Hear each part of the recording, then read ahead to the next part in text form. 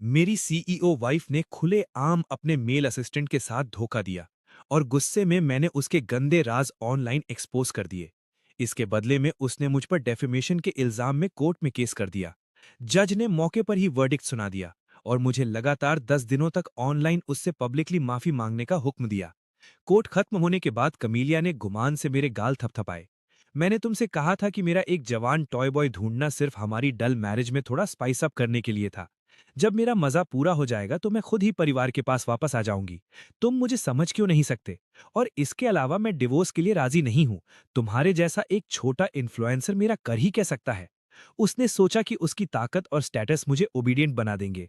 जो वो नहीं जानती थी वो ये था कि मैंने पहले ही अपना काउंटर अटैक तैयार कर लिया था। उसी रात एक वीडियो जिसका title day one of apologizing to my devoted wife था, पूरे इंटरनेट पर वायरल हो गया और ट्रेंडिंग सर्चेस में तीसरे नंबर पर पहुंच गया। इस बीच कमीलिया, जो अपने मेल असिस्टेंट सैमुअल के साथ डेट पर गई थी, दंग रह गई जब उसने खुद को टैग किए गए पोस्ट्स देखे। चैप्टर 1। ये कोर्ट ये फैसला सुनाता है। डिफेंडेंट अलेक्सिया को ये हुक्म दिया जाता है कि इस जजमेंट के लागू होने की तारीख से ऑनलाइन प्लेटफॉर्म्स पर मिस कमीलिया से 10 दिनों तक पब्लिक अपॉलॉजी मांगने का वीडियो पब्लिश करे और उसे 100,000 युआन का कॉम्पनसेशन दे। बैंग! गैवल ऐसे गिरा जैसे सीधा मेरी रीढ़ की हड्डी पर लगा हो। कितना आयरॉनिक है। मैंने खाली नजरों से खिड़की से आती धूप को देखा, पर मुझे सिर्फ ठंड महसूस हो रही थी। मेरे लॉयर ने मेरा कंधा थपथपाया। सर, डेफेमेशन केस को दिल पर मत लीजिए। असली चीज आने वाला डिवोर्स लॉसूट है। उसके बाद जो हुआ मुझे सुनाई नहीं दिया। ऐसा लगा जैसे मेरे कानों में रुई भरी हो और मेरा दिमाग बिल्कुल उलझ गया था। मैं साफ तौर पर अपनी पत्नी की बेवफाई का शिकार था, तो फिर मैं उससे माफी क्यों मांगूं? भले ही मैंने गुस्से में आकर ऑनलाइन लोगों की राय भड़काई और कानूनी हद पार कर दी, मुझे इसके लिए मजबूर किया गया था। पहली बार जब मुझे मेरी पत्नी कमीलिया की बेवफाई का पता चला तो मैंने हिम्मत से डिवोर्स मांगा। अगर मैरिज पहले ही खराब हो चुकी थी तो हमें अलग हो जाना चाहिए था। पर उसने ना सिर्फ डिवोर्स अग्रीमेंट फाड़ दिया, बल्कि बेशर्मी से कहा कि वो सिर्फ एक किस थी। क्या तुम इतने सेंसिटिव नहीं हो सकते? मेरे पास उसके मेल असिस्टेंट सैमुअल के साथ अफेयर के और सबूत इकट्ठे करने के अलावा कोई रास्ता नहीं था। और फिर डिवोर्स फाइल करने के लिए लॉयर हायर किया। पर वो काम का बहाना बनाकर कोर्ट से देरी की गुजारिश करके विदेश भाग गई। असल में वो सैमुअल के साथ विदेश में अपनी अलग ही दुनिया के मजे ले रही थी।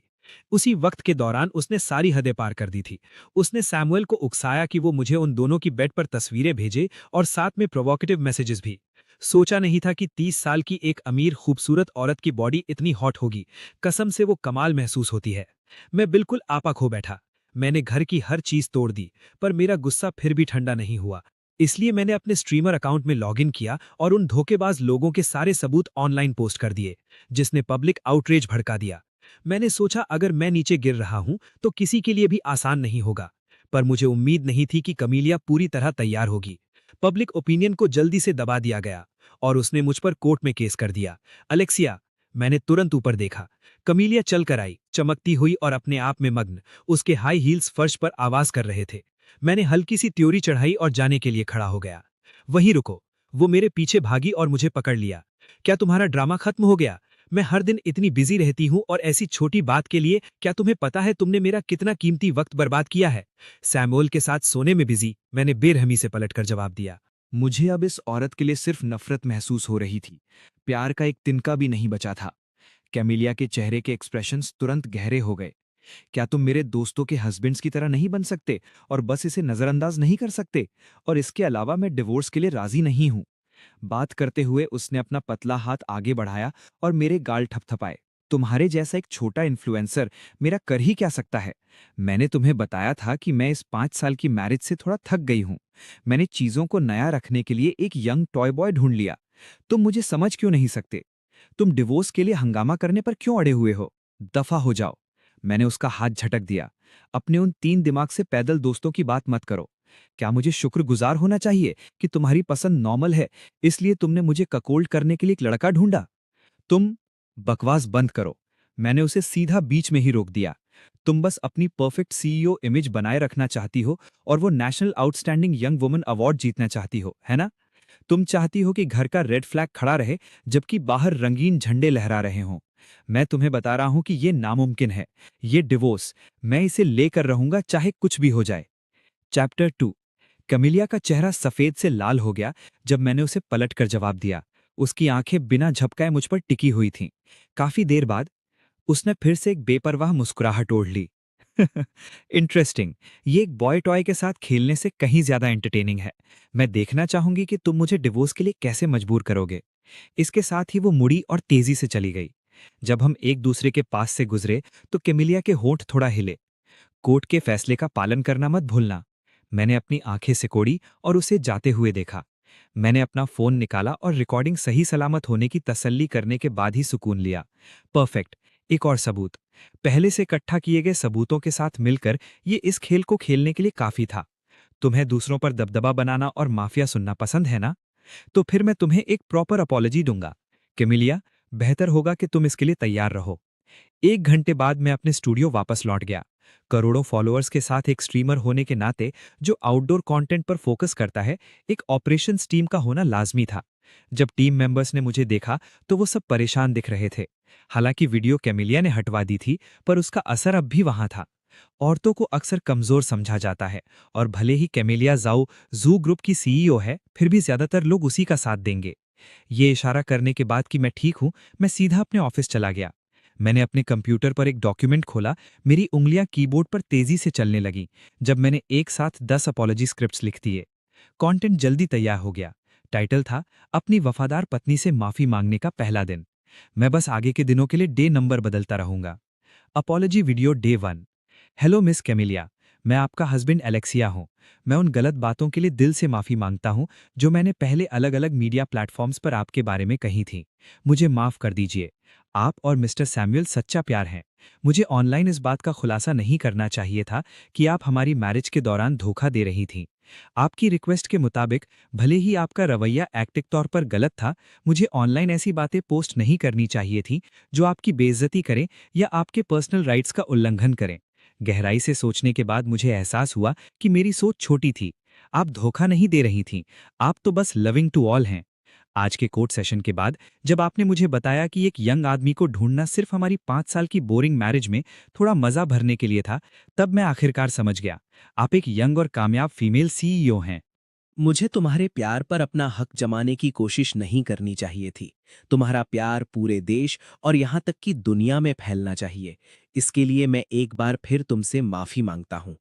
वीडियो के आखिर में मैंने एक बोनस क्लिप जोड़ दी। कोर्ट सेशन के बाद कमीलिया की घमंड भरी रिकॉर्डिंग। क्योंकि उसने कंटेंट के कोर्ट रिव्यू की रिक्वेस्ट नहीं की थी, इसलिए मेरे एक सच्ची अपॉलॉजी देने में कुछ गलत नहीं था। एडिटिंग के बाद मैंने इसे तुरंत अपलोड नहीं किया। इसके बजाय मैंने बैकग्राउंड्स बदले और बाकी 9 वीडियोस रिकॉर्ड करना शुरू कर दी। मैंने बस पहले वाले टेम्पलेट को फॉलो किया, लेकिन हर एक में अलग बोनस क्लिप थी। मिसाल के तौर पर, दूसरी अपॉलॉजी वीडियो में मैंने ऊपर ऊपर से बताया कि कैसे कमीलिया कभी-कभी मुझे छोटे तोहफे देती थी, लेकिन बोनस में उन महंगे लग्जरी आइटम्स की रिसीट्स दिखाई गईं जो उसने सैम्यूअल के लिए खरीदे थे, जबकि सारे कॉम्प्लीमेंट्री फ्रीबीज मुझे दे दिए गए थे। साथ ही सैम्यूअल के सोशल मीडिया के स्क्रीनशॉट्स भी थे, जहां वो दिखावा कर रहा था। तीसरी वीडियो में मैंने ईमानदारी से कमीलिया का धन्यवाद किया कि उसने अपने बिजी शेड्यूल से समय निकालकर मेरा बर्थडे सेलिब्रेट करने के लिए होटल का बना खाना घर लाया। असल में वो डिशेस सैम्यूअल के साथ उसके खाने की बची हुई लेफ्टओवर्स थी, फिर से उसके सोशल मीडिया पोस्ट्स के सबूत के साथ। बाकी वीडियोस के लिए मैंने वही कॉन्ट्रास्ट इस्तेमाल किया। ऊपर से मैं पछतावा कर रहा था, लेकिन असल में मैंने कमीलिया के मुझे जानबूझकर नीचा दिखाने के सबूत शामिल किए थे। खुलेआम सैम्यूअल के साथ होटल रूम्स बुक करना, और यहाँ तक कि उसे मुझे फोटोज और मजाक उड़ाने वाले मैसेजेस भेजने की परमिशन देना। शाम तक मैंने सभी 10 अपॉलॉजी वीडियोस बनाने में 3 घंटे से ज्यादा समय बिता दिया था। मैंने अपनी असिस्टेंट फ्रेया को बुलाया और उसे आज ही उन्हें पोस्ट करना शुरू करने को कहा। मैंने उसे खास तौर पर प्रमोशन के लिए पैसे देने और हर सुबह उन्हें अपडेट करने का निर्देश दिया। ये सुनकर वो एक पल के लिए रुकी, फिर सावधानी से पूछा, एले, आपको चिंता नहीं है कि ये अपॉलॉजी वीडियोस फिर से हटा दी जाएंगी या फिर आप पर केस हो जाएगा? चिंता मत करो, मेरे पास एक प्लान है। मैं रुका, फिर कहा, इसके अलावा उन्हें मेरे ओवरसीज टिकटॉक अकाउंट पर भी पोस्ट कर दो। यकीन कर लो कि हम रीच को ज्यादा से ज्यादा बढ़ाएं। आप फिर से कुछ रिस्की करने का प्लान तो नहीं कर रहे हैं ना? फ्रेया ने मेरी तरफ फिक्र से देखा, लेकिन मैंने बिना जवाब दिए बस अपना हाथ हिला दिया। वीडियोस पोस्ट करना एक बात थी, असल बात ये यकीन करना था कि वो वहां बनी रहे। वरना ये वही पुरानी गलती दोहराने जैसा होता। डेस्क पर अपनी उंगलियां हल्के से थपथपाते हुए मैंने एक ठंडी आह भरी। अब अकेला रास्ता डेविल के साथ डील साइन करना और 2 ताकतवर बैकर्स को गेम में लाना था, वरना अकेले कैपिटल का सामना करना आसान नहीं होता। चैप्टर 3। जब मैं रिकॉर्डिंग में बिजी था, कमीलिया पहले से ही एक प्राइवेट मैंशन में मजे कर रही थी। उस वक्त वो सोफा पर सुस्ती से बैठी थी, अपनी 3 बेस्ट फ्रेंड्स की फ्लैटरी का मजा ले रही थी और सैमुअल को चिढ़ा रही थी, जो उसके पास घुटनों के बल बैठा ध्यान से उसकी सेवा कर रहा था। कमीलिया, उस पर केस करना तो बस पहला कदम था। तुम्हें उस लूजर को समझाने की जरूरत है कि क्या होता है जब तुम कैपिटल को नाराज करते हो। बिल्कुल सही। उस जैसी एक नन्ही चींटी असल में अपने मालिक के सामने डिवोर्स की बात करने की हिम्मत करती है। वो सच में अपने आप को कुछ समझता है। डिवोर्स का जिक्र होते ही कमीलिया की भौहें तुरंत तन गई और उसके चेहरे का रंग बदल गया। उसी एक दोस्त रीटा ने ये बदलाव देखा और जल्दी से अपनी आंखों से बाकी दोनों को रुकने का इशारा किया।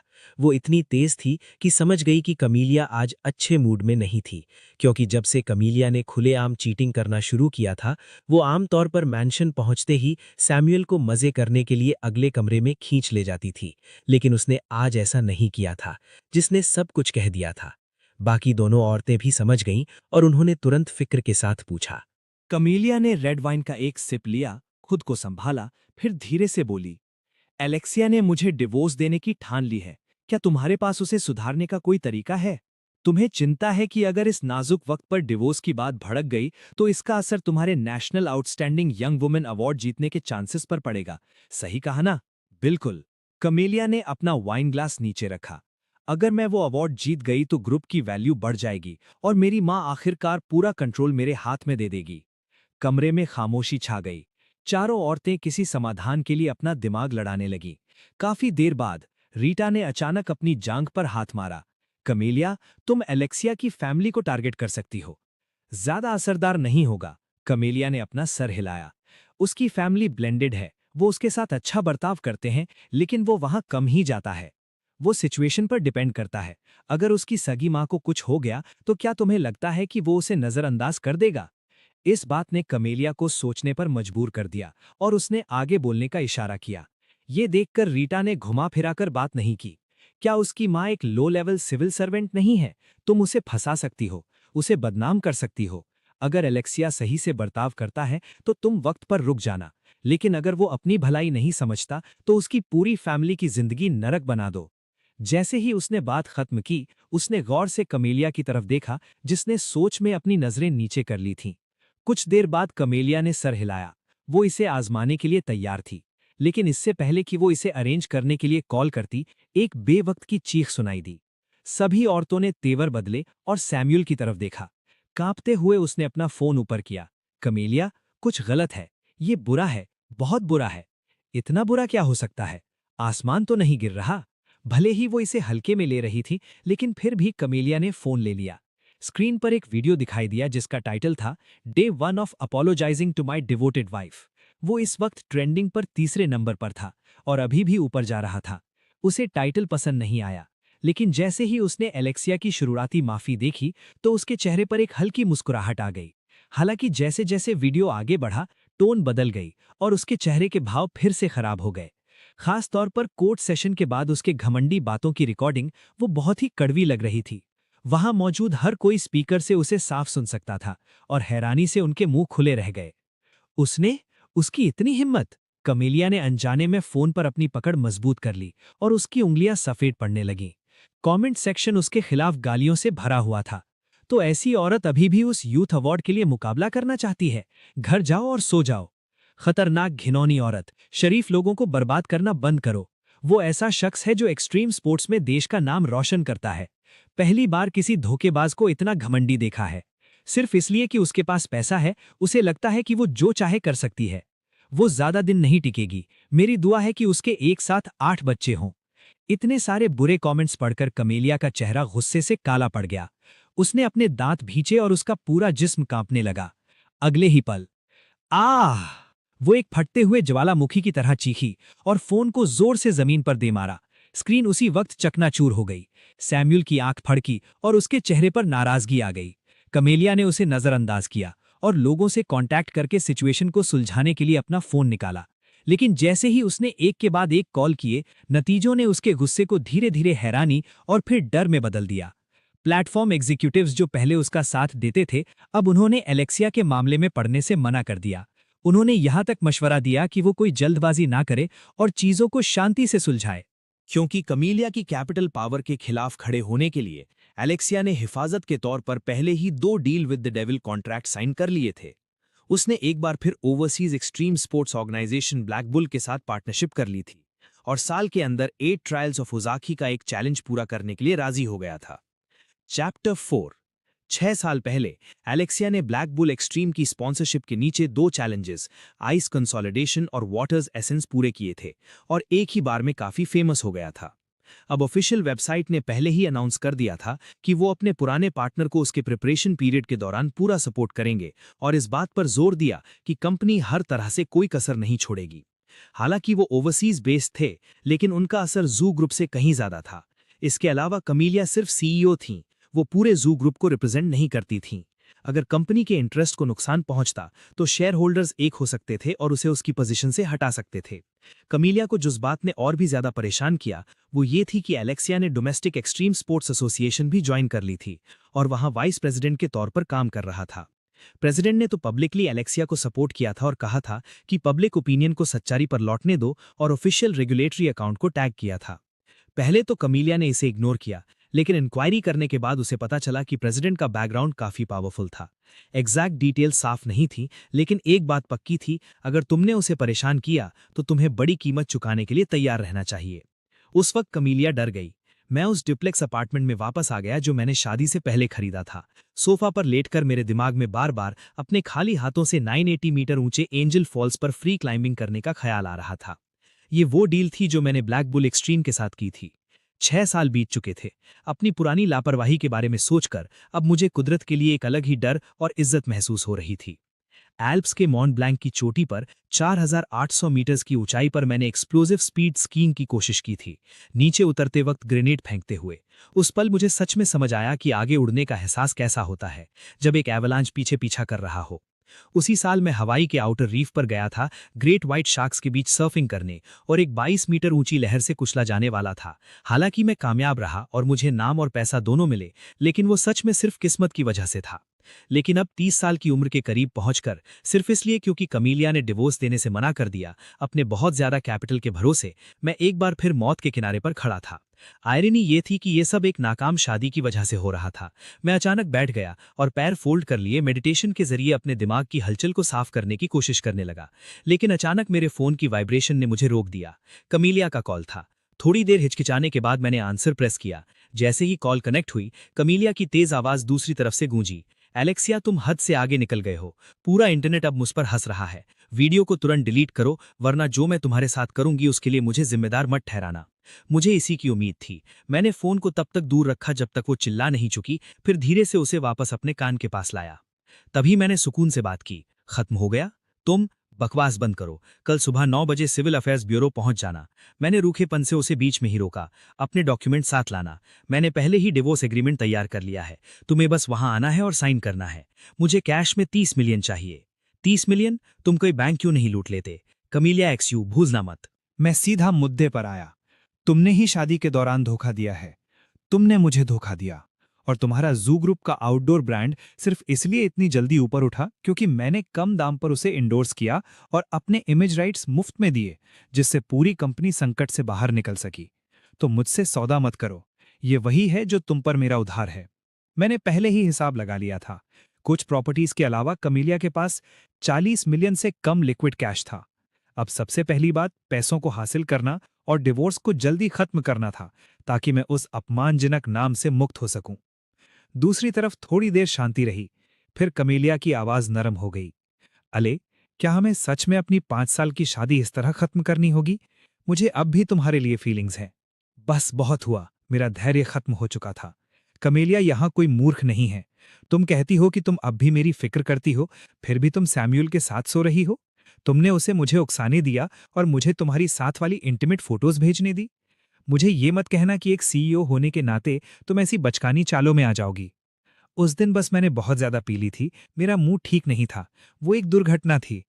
उसने जल्दी से अपनी सफाई देने की कोशिश की, बिना ये जाने कि उसकी बातें कितनी खोखली लग रही थीं। अपने दर्द करते हुए सिर को मलते हुए मैंने आगे बात करने का सब्र खो दिया।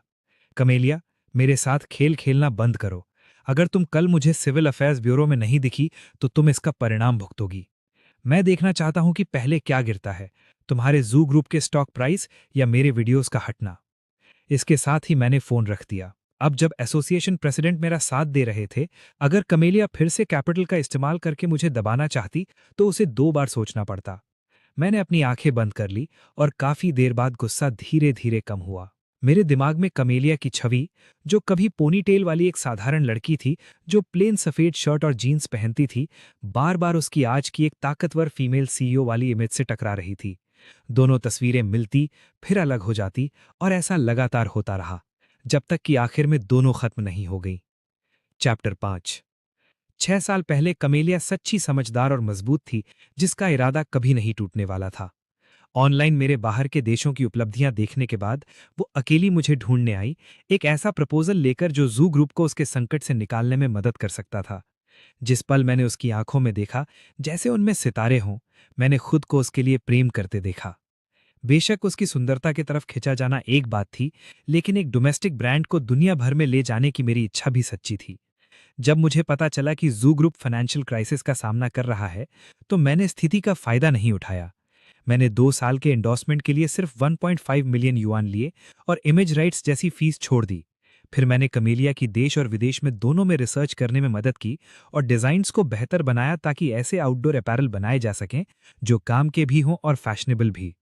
मैंने ब्रांड स्टोरी भी लिखी, जो जमीन से जुड़कर ऊपर उठने पर आधारित थी। 3 महीने साथ काम करने के बाद हम एक कपल बन गए और अगले साल जब ब्रांड बहुत लोकप्रिय हुआ तो हमने शादी कर ली।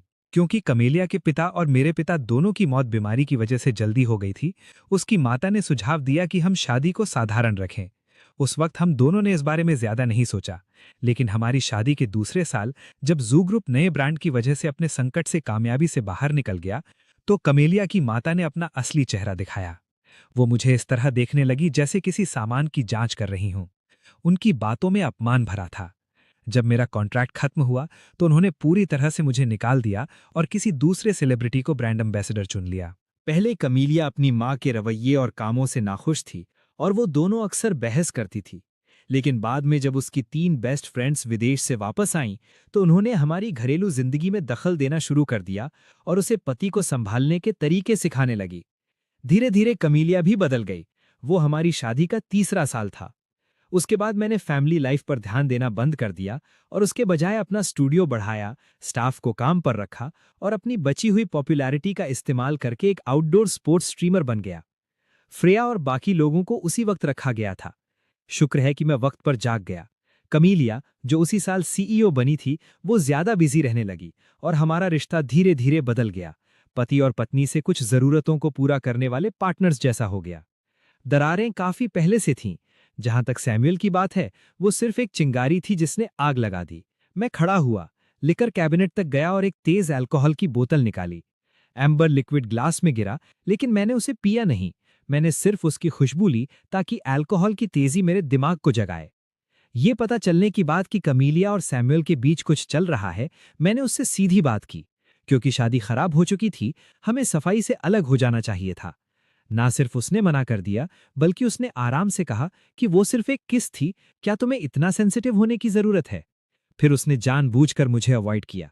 इसलिए मैं कमीलिया की माँ से मिलने गया, जो हमेशा मुझे नीचा दिखाती थी, ये सोचकर कि कम से कम वो हमें डिवोर्स लेने देगी। इसके बजाय मुझे दरवाजे से ही वापस भेज दिया गया। बटलर ने एक मैसेज दिया, मैडम कहती हैं कि तुम एक मामूली एथलीट हो, तुम्हें शुक्रगुजार होना चाहिए कि तुम्हें छोड़ा नहीं गया। तुम्हें डिवोर्स मांगने का कोई हक नहीं है। उसी पल मैंने कमीलिया के अफेयर के सबूत इकट्ठा करना शुरू कर दिए और इतनी मेहनत के बाद आखिर में मुझ पर ही कोर्ट में केस कर दिया गया। ये सोचते हुए मैंने अपना फोन उठाया और एक नंबर डायल किया। एटलस, मुझे तुमसे कुछ काम है। मेरे साथ फॉर्मेलिटी की कोई जरूरत नहीं है। क्या बात है? मेरी नजर अपने आप टीवी कैबिनेट पर रखी एक पुरानी फोटो पर गई। उसमें वो शरारती मुस्कुराहट वाला लड़का जो मेरे सर के पीछे बनी ईयर्स बना रहा था, वो एटलस था। उसका असली नाम एटलस था, स्पोर्ट्स स्कूल के स्कीइंग टीम से मेरा भाई जैसा दोस्त। इन सालों में उसने कई क्लब्स और बार्स खोले और हर तरह के लोगों के साथ रिश्ते बनाए। कुछ कामों के लिए वो सबसे सही इंसान था जिस पर भरोसा किया जा सके। मैं कमीलिया को आसानी से नहीं छोड़ने वाला था, और उसकी 3 बेस्ट फ्रेंड्स और सैमुअल, वो भी नहीं बचेंगे। सैमुअल सब जानते हुए भी दूसरा मर्द बनना चाहता था, ये तो साफ है। लेकिन सबसे घटिया कमीलिया की वो 3 दोस्त थीं। उन्होंने साजिश रचने वाले सलाहकारों का काम किया, उसे मैनिपुलेशन सिखाया और पति को कंट्रोल करने के गलत आइडियाज दिए। यहां तक कि उन्होंने मुझ पर केस करने का घटिया आइडिया दिया ताकि अपनी ताकत से मुझे दबा सकें और मुझे एक दबा हुआ इंसान बनने पर मजबूर कर सकें, जो कमीलिया की हर बात माने। अगर ऐसे लोगों से नहीं निपटा गया तो मेरा दिल चैन नहीं पाएगा। ये सुनने के बाद कि मुझे क्या चाहिए, एटलस बिना हिचकिचाहट के मान गया। कोई बात नहीं, मैं संभाल लूंगा। शुक्रिया भाई, लेकिन ध्यान रखना कि कोई कसर न रहे, मैंने दिल से कहा। फिक्र मत करो। चैप्टर 6। अगले दिन मैं सिविल अफेयर्स ब्यूरो के दरवाजे पर खड़ा था और अपने फोन पर एंजल फॉल्स के बारे में जानकारी पढ़ने पर ध्यान दे रहा था। ताकत और हिम्मत जरूरी थी, लेकिन मुझे एक सर्जन की तरह हर डिटेल को समझने की जरूरत थी ताकि मेरे कामयाब होने के चांसेस बढ़ सकें। अचानक दूर से एक इंजन की आवाज आई। मैंने ऊपर देखा और देखा कि मेबैक की लाइसेंस प्लेट कमीलिया की मां की कार की थी और मैं चिढ़ गया।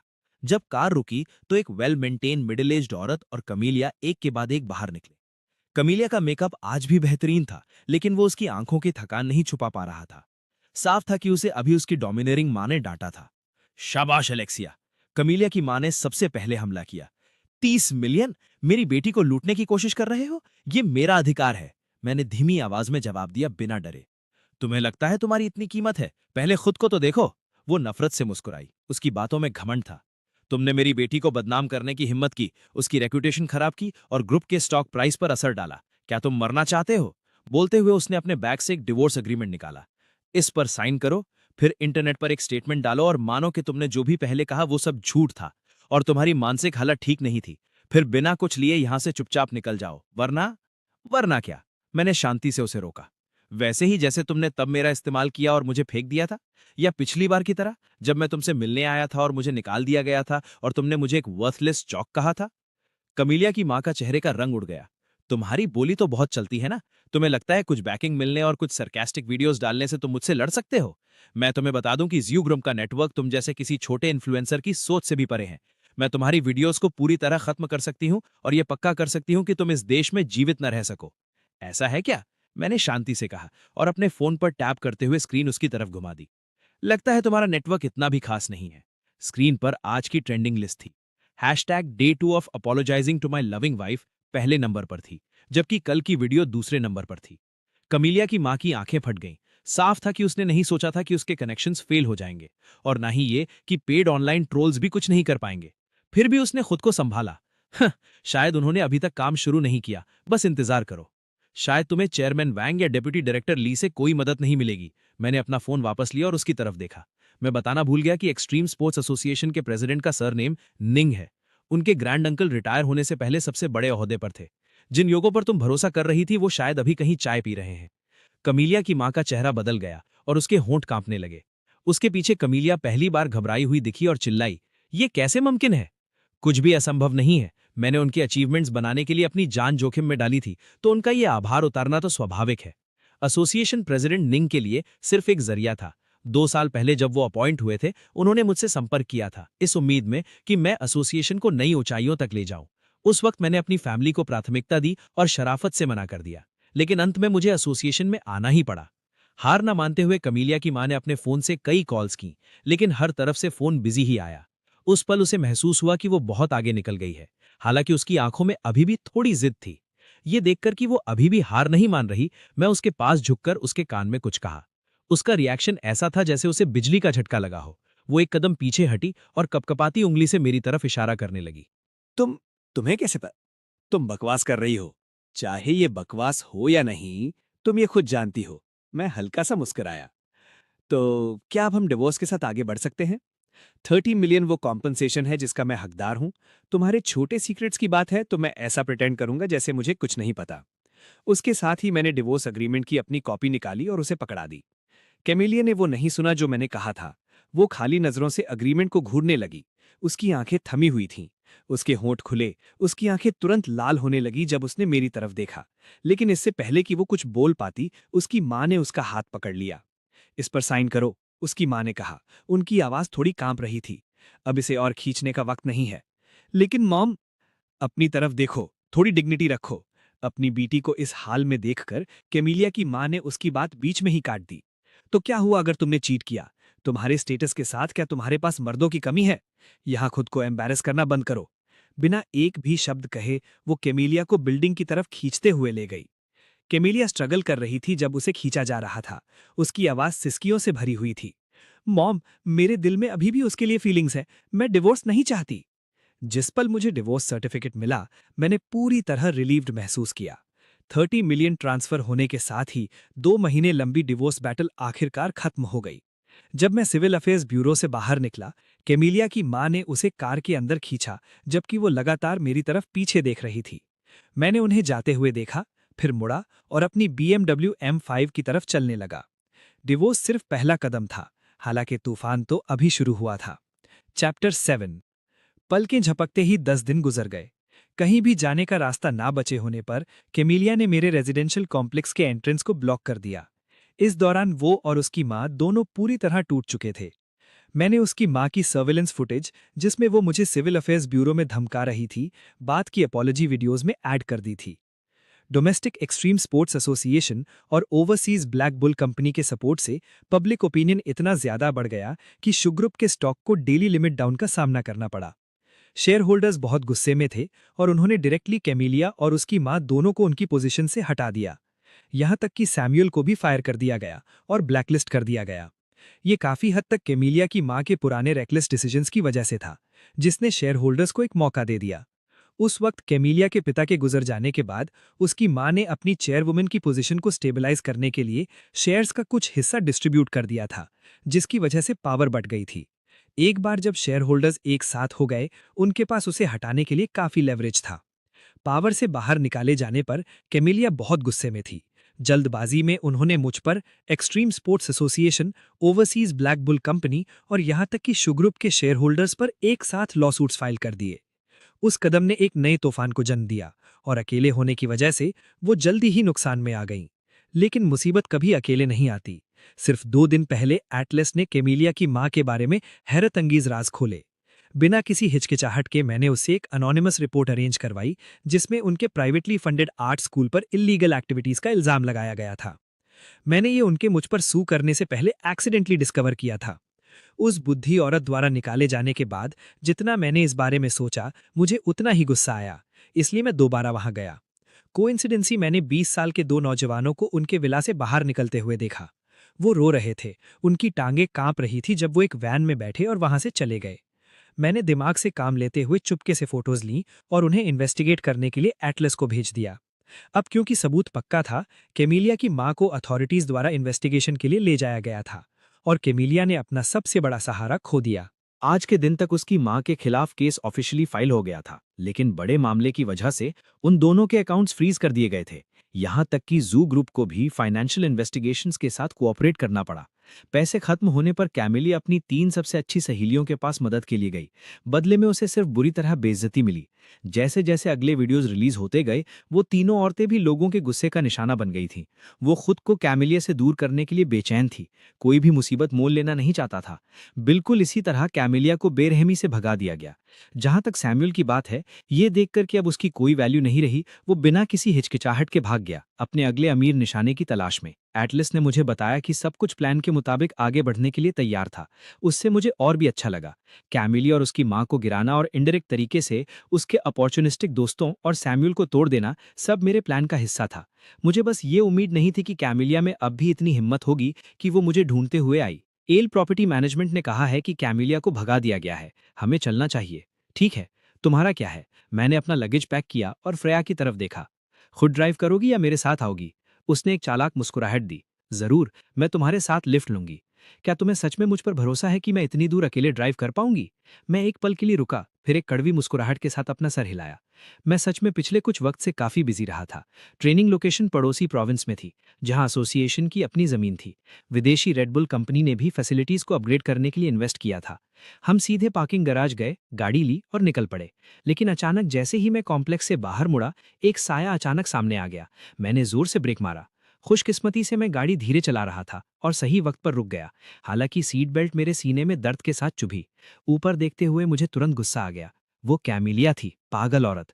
मैंने अपनी सीट बेल्ट खोली, गाड़ी से बाहर निकला और उसकी तरफ इशारा किया जो जमीन पर बैठी थी। क्या तुम्हारा दिमाग खराब हो गया है क्या? तुम फेक एक्सीडेंट करके मुझे फंसाने की कोशिश कर रही हो? कैमिलिया ने पलकें झपकाईं। उसकी आंखें नम थीं। वो भी साफ तौर पर डरी हुई थी। कुछ सेकंड्स बाद वो कपकपाती आवाज में बोली, मैं बस तुमसे मिलना चाहती थी। वैसे मैं तुमसे नहीं मिलना चाहता। पति मुझे मेरे नाम से बुलाओ। मैंने उसे गुस्से से देखा। और अब हमारा कोई रिश्ता नहीं है। तुम भूत की तरह क्यों सामने आ रही हो? मैं पैसे उधार मांगने आई थी। चैप्टर 8 में सुन्न हो गया। यहां तक कि गुस्सा करना भी भूल गया। ये सोचते हुए कि शायद मैंने गलत सुना है, मैंने ऐसे ही पूछा, तुमने क्या कहा? मैंने कहा, कैमिलिया ने नाक सिकोड़ते हुए कहा, मैं तुमसे पैसे उधार मांगने आई हूं। मेरे कार्ड्स फ्रीज हो चुके हैं और कल रात गाड़ी में पेट्रोल भरवाने के बाद मेरे पास कैश खत्म हो गया। तुम्हारे वैल्यूएबल्स का क्या हुआ? तुम्हारी ज्वेलरी और वॉचेस? मैंने तेवरियां चढ़ाई। कल रात कोई मेरे घर में घुसा था, सब कुछ चोरी हो गया। जैसे ही उसने अपनी बात खत्म की, कैमिलिया पूरी तरह टूट गई और बुरी तरह रोने लगी। मैंने अपना सर खुजलाया और अचानक मुझे कल रात की एटलस की वो गर्व भरी आवाज याद आई जब उसने कहा था कि उसने मेरे लिए एक सरप्राइज तैयार किया है। एक सरप्राइज? मैंने मन ही मन गाली दी। तो वो सरप्राइज ये था कि किसी छोटे मोटे थीफ को हायर करके कैमिलिया का पूरा घर साफ करवा देना। एटलस, तुम सच में एक अनग्रेटफुल सन हो जो हमेशा अपने ही बाप को परेशान करता है। मैंने मन ही मन गाली दी। लेकिन अजीब बात थी, मुझे जरा भी पश्चाताप महसूस नहीं हुआ। मैं कमेलिया के पास गया। हटो, हमारा डिवोर्स हो चुका है। तुम्हारा ख्याल रखने की मेरी कोई जिम्मेदारी नहीं है और मैं रखना चाहता भी नहीं हूं। लेकिन अगर तुम्हारे घर में चोरी हुई है तो पुलिस को रिपोर्ट करो। बस मुझे परेशान करने मत आओ। जैसे ही मैंने बात खत्म की, मैंने उसे एक तरफ हटा दिया जैसे उसमें वजन ही ना हो। जैसे ही मैं वापस ड्राइवर्स सीट की तरफ बढ़ने वाला था, उसने अचानक मेरे पैर को कस के पकड़ लिया। नहीं, तुम नहीं जा सकते। मेरे पास अब कुछ नहीं है। तुम मुझे ऐसे छोड़कर नहीं जा सकते। तुम्हारी हिम्मत तो देखो। हाँ, मैंने उसे लात मारकर खुद से अलग किया। जैसे ही मैं वापस कार में बैठने वाला था, मैंने उसे वहां बैठे देखा, अपने घुटनों को पकड़े हुए। उसके कंधे एक रफ्तार से कांप रहे थे। वो रो रही थी। मैंने हल्की सी त्योरी चढ़ाई। वो ठंडी और रौब झाड़ने वाली सीईओ अब कहाँ गई? वो पूरी तरह से टूटी हुई लग रही थी। एक पल के लिए मैंने सोचा कि क्या हाल ही में हुए हादसों ने उसे मेंटल ब्रेकडाउन की तरफ धकेल दिया है। लगभग बिना सोचे समझे मैंने कार की तरफ इशारा किया, फ्रेया को बाहर आने का सिग्नल देते हुए। उसके पास साइकोलॉजी सर्टिफिकेशन था। बेहतर था कि पहले हालात का जायजा लिया जाए। कमीलिया से बदला लेना एक बात थी, लेकिन मैं अपने हाथों पर किसी की जान नहीं चाहता था। मैंने खामोशी से अपनी चिंताएं फ्रेया के साथ शेयर की। उसने त्योरी चढ़ाई जब उसने कमीलिया को देखा, जो सिसक रही थी। उसका चेहरा बिल्कुल सुन्न और खाली था। कुछ मिनट बाद फ्रेया ने एक बेसिक असेसमेंट किया, बात करने से लेकर उसकी आंखों की पुतलियां चेक करने तक। वो खड़ी हुई और मेरी तरफ सर हिलाया। तुम सही थे। इसे मेंटल इशू है। शायद लगातार मिले इमोशनल शॉक्स की वजह से। कुछ माइल्ड ब्रेकडाउन जैसा। लेकिन ये सीरियस नहीं है। थोड़े आराम और बिना किसी स्ट्रेस के वो ठीक हो जाएगी। मैंने एक गहरी सांस ली। कुछ देर सोचने के बाद मैंने रास्ता बदलने का फैसला किया और उसे प्रॉपर चेकअप के लिए हॉस्पिटल ले गया। उसके बाद मैं एटलस से कह दूंगा कि वो उस पर नजर रखे। जब मैंने मन बना लिया तो हमने कमीलिया की कार में बैठने में मदद की और हॉस्पिटल की तरफ निकल गए। रास्ते में मैंने एटलस को कॉल करना नहीं भूला। सच कहूं तो ये पूरी सिचुएशन अजीब थी। ये उम्मीद से ज्यादा बिगड़ गई थी। 2 घंटे से ज्यादा वक्त के बाद डॉक्टर ने कमीलिया के रिजल्ट्स देखे, जो ज्यादातर फ्रेया के असेसमेंट से मिलते जुलते थे। सिर्फ इतना फर्क था कि उसके सर के पिछले हिस्से में हल्की चोट लगी थी और उसे आराम की जरूरत थी। मैंने वक्त देखा और एटलस से उस पर नजर रखने को कहा। मुझे आज हर हाल में ट्रेनिंग साइट पहुंचना था। ये तो काफी उलझ गया। एटलस ने ठंडी सांस ली। एलेक्स, मेरा मतलब सिर्फ एक प्रैंक करना था, ताकि तुम्हारा गुस्सा निकल जाए। मैंने नहीं सोचा था कि बात इतनी आगे बढ़ जाएगी। ये इतना सीरियस नहीं है, मैंने जवाब दिया। ज्यादा से ज्यादा ये वो आखिरी वजह थी जिसने उसे तोड़ दिया। मैंने उसके कंधे को थपथपाया, इधर उधर देखा और फिर अपनी आवाज धीमी कर ली। सैमुअल और उन 3 औरतों का क्या? उनकी अब क्या सिचुएशन है? चैप्टर 9। देर रात को फ्रेया और मैं आखिरकार ट्रेनिंग साइट पहुंच गए। प्रेसिडेंट निंग और ब्लैक बुल एक्सट्रीम स्पोर्ट्स के रिप्रेजेंटेटिव से मिलने के बाद हम आराम करने के लिए अपने कमरों में चले गए। नहाने के बाद जब मेरे शरीर से पानी सूख रहा था, मैंने अपना लैपटॉप ऑन किया। मैंने सफाई से एक फॉरेन ईमेल अकाउंट लॉगिन किया, जहां एटलस ने सैमुअल और बाकी सब के बारे में लेटेस्ट अपडेट्स भेजी थी। मैंने उस पर एक नज़र डाली। अब वो चारों जाल में फंस चुके थे, बस आखिरी कदम बाकी था, उन्हें नेट में खींचना। मैंने टाइप किया, सेफ्टी पहले है। फिर कंप्यूटर बंद किया और सोने के लिए बिस्तर पर लेट गया।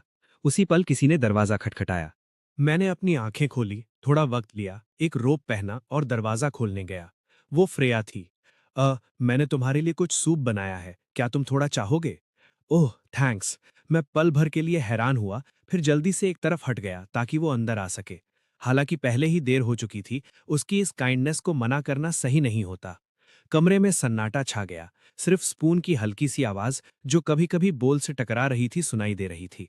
मैंने खामोशी से सूप पिया, जबकि उसने अपना चिन अपने हाथ पर टिका रखा था और बिना पल के झपकाए मुझे देख रही थी।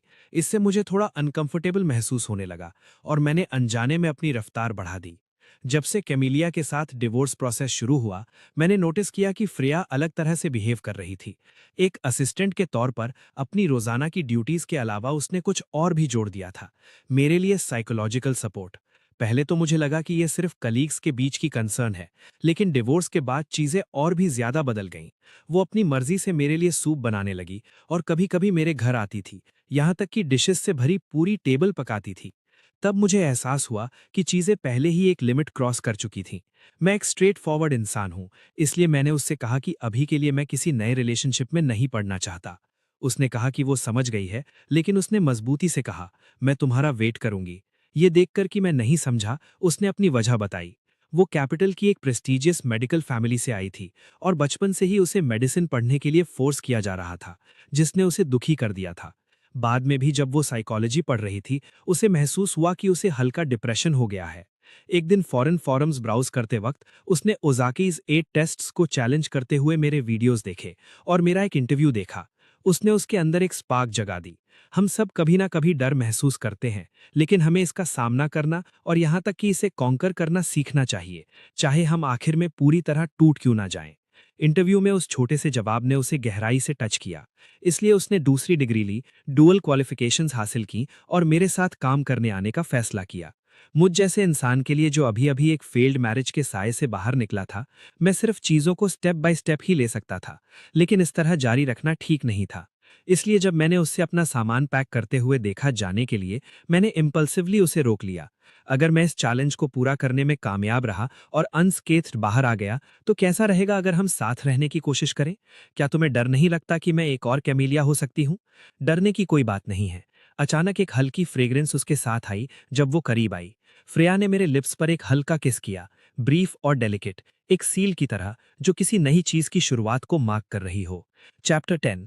आधा महीना और बीत गया। एटलस ने मुझे बताया, 4 फिश पकड़ी जा चुकी हैं। मैंने थोड़ी देर के लिए अपनी ट्रेनिंग एक तरफ रख दी, खुद को अपने कमरे में बंद कर लिया और विक्ट्री के फ्रूट्स का रिव्यू किया।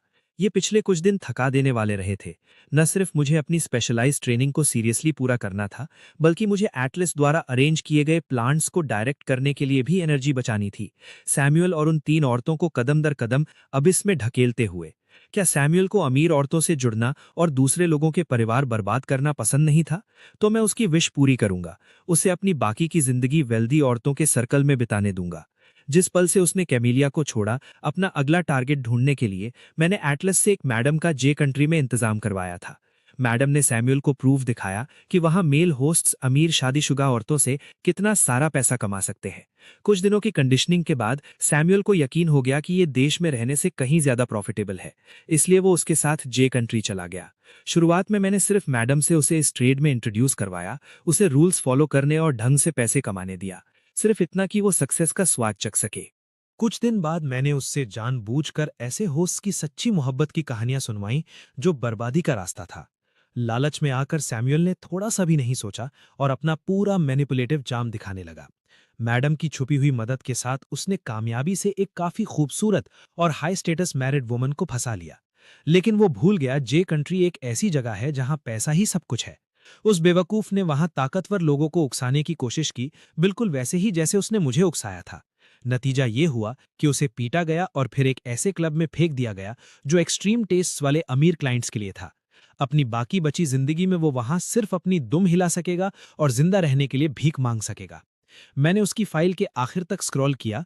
वहां एक फोटो थी जहां वो एक पिंजरे में बंद था और कुत्ते के बोल से खाना खा रहा था।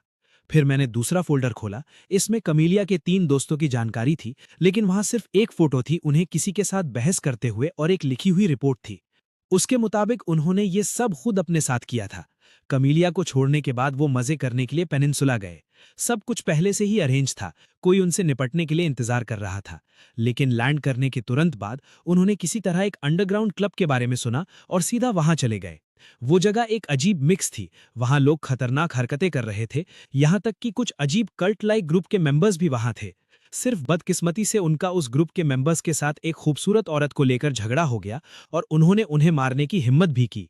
फिर वो गायब हो गए। अब तक कई लोगों ने तलाश किया लेकिन कोई नतीजा नहीं निकला। उन्हें ऑफिशियली मिसिंग पर्सन्स की लिस्ट में डाल दिया गया था। मैं सिर्फ इतना कह सकता था कि कभी-कभी लोग सच में अपनी बर्बादी खुद लाते हैं। जैसे ही मैंने पढ़ना खत्म किया, मुझे कोई एहसास नहीं हुआ। मैंने बस फाइल्स डिलीट कर दी और ईमेल अकाउंट बंद कर दिया। सब कुछ खत्म होने के बाद मैंने खिड़की से बाहर देखा, फिर अपनी ट्रेनिंग जारी रखने के लिए वापस मुड़ा। असली क्लाइमैक्स शुरू होने वाला था। चैप्टर 11। एक हफ्ते बाद मैं एंजल फॉल्स की डेविल्स वॉल के नीचे खड़ा था।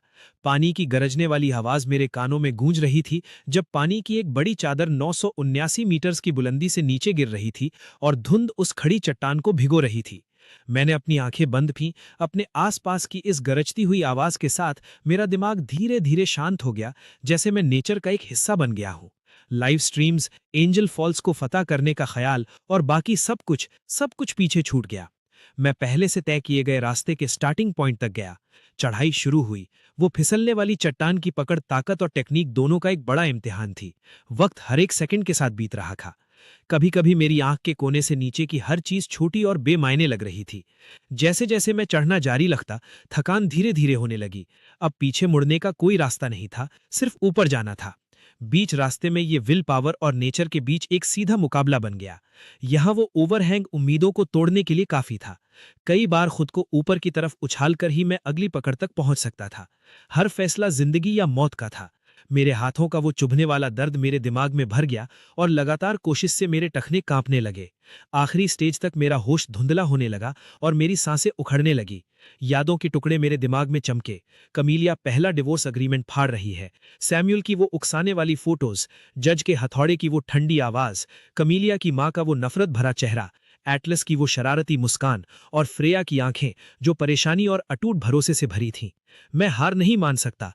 मैंने अपने दांत पीसे और अपनी ताकत का आखिरी कतरा तक निचोड़ लिया। मेरी उंगलियां बेचैनी से चट्टान की दरारों में धंस गईं। मेरे कांपते हुए एंकल्स उन उभारों पर टिके हुए थे। इंच दर इंच मैं ऊपर की तरफ बढ़ी। जब मेरी फिंगर टिप्स ने आखिरकार समिट के किनारे को छुआ और मजबूती से पकड़ा, मैंने आखिरी बार अपना सारा वजन अपनी आर्म्स पर डाला और एक धीमी दहाड़ के साथ खुद को समतल चोटी पर खींच लिया। थकान की एक भारी लहर और एक न बयान होने वाली क्लैरिटी, कुछ ऐसा जो जीवन और मृत्यु से परे था, मेरे अंदर भर गया। फिर भी मेरा दिमाग पहले कभी इतना साफ नहीं था। मैंने ये कर दिखाया। उसी पल सूरज की रोशनी बादलों को चीर कर निकली और मेरे पूरे शरीर को सराबोर कर दिया। मैंने खुद को खड़ा होने के लिए मजबूर किया और उस ब्रेथ टेकिंग व्यू को देखा, जबकि आंसू बिना किसी आवाज के मेरे चेहरे से गिर रहे थे। शोक से नहीं, बल्कि पूरी तरह से मुक्ति और लौटने की खुशी से। 5.5 वर्ष बाद मैं, अलेक्सिया ने ओजाकी के तीसरे चैलेंज को जीवित पूरा कर लिया था। उसी पल दूर एक हेलीकॉप्टर की ध्वनि गूंजी। एक सेफ्टी हार्नेस नीचे गिरा। मैंने इसे स्किलफुली बांधा और थम्स अप दिखाया। अगले ही पल मैं हवा में उठ गई। स्वाभाविक रूप से मैंने अपनी बाहें फैला दी और खुद को आकाश में उड़ने दिया। यहां से जीवन फिर से शुरू होगा और मेरी कहानी एक नए चैप्टर में प्रवेश करेगी। उस रात हमने टेम्पररी कैंप में बॉनफायर के पास जमकर उत्सव मनाया। प्रेसिडेंट निंग ने मेरा हाथ पकड़ा और कप पर कप पीते हुए थोड़ा ड्रंक हो गए और जोर से कहने लगे कि हमें स्वॉन ब्रदर्स बनना चाहिए। ये चैलेंज लाइव ब्रॉडकास्ट किया गया था और उन पर दबाव बहुत अधिक था। ऐसा लग रहा था जैसे उन्होंने अपना पूरा भविष्य इस पर दांव पर लगा दिया हो। भाग्यवश परिणाम अच्छा रहा। हर कोई खुश था। ओवरसीज ब्लैक बुल कंपनी के रिप्रेजेंटेटिव ने हायर मैनेजमेंट का संदेश दिया कि प्राइज मनी $5 मिलियन से बढ़ाकर 10 मिलियन कर दी गई थी।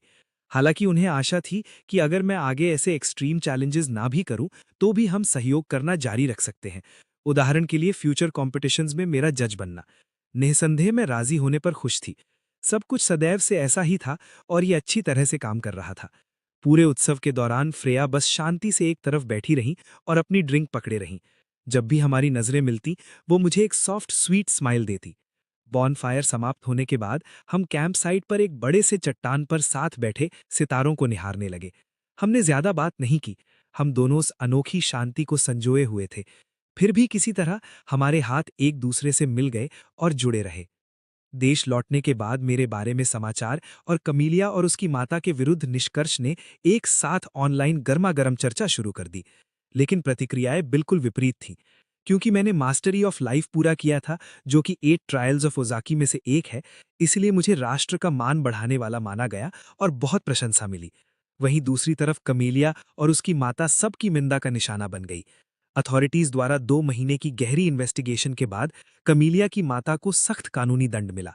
पर्सनल चैरिटी के बहाने एक आर्ट स्कूल बनाने के नाम पर उन्होंने स्कूल में बार-बार माइनर्स का शोषण किया था और यहां तक कि अपने लक्ष्य पूरे करने के लिए युवा लड़के और लड़कियों को सेक्सुअल फेवर्स देने के लिए विवश किया था। उन्होंने विसिल ब्लोअर्स को भी गैर कानूनी तौर पर बंदी बनाया और प्रमाण मिटाने के लिए उन्हें साइकियाट्रिक ड्रग्स के इंजेक्शंस दिए थे।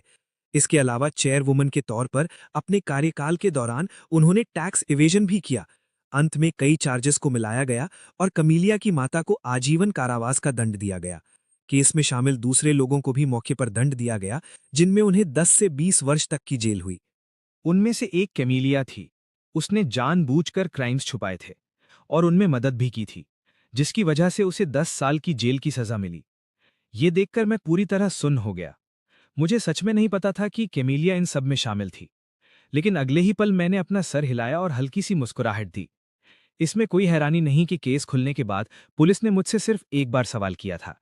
जब मैं उससे मिला तब से हमारी मैरिज तक मेरा इन्वॉल्वमेंट सिर्फ उस आउटडोर ब्रांड के साथ था, और वो भी सिर्फ शुरुआती स्टेजेस में। उसके बाद मैं एक आउटडोर स्ट्रीमर बनने पर फोकस कर रहा था और साथ ही घर की देखभाल भी कर रहा था। और सीईओ बनने के बाद वो मुश्किल से ही कभी घर पर होती थी। मुझे भला उसके और उसकी माँ के बीच के सीक्रेट्स के बारे में कैसे पता हो सकता था।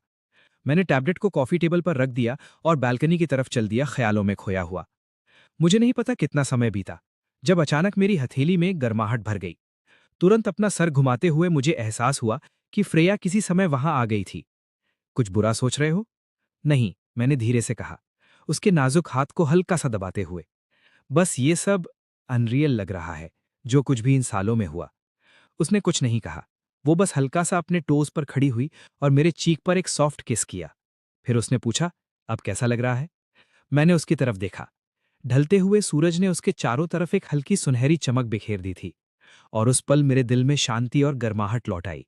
वो सारा दर्द, गहरी नफरत और यहाँ तक कि कैमिलिया के क्राइम्स के बारे में जानकर जो शौक और कॉम्प्लिकेटेड फीलिंग्स थीं, वो सब शांत हो गई।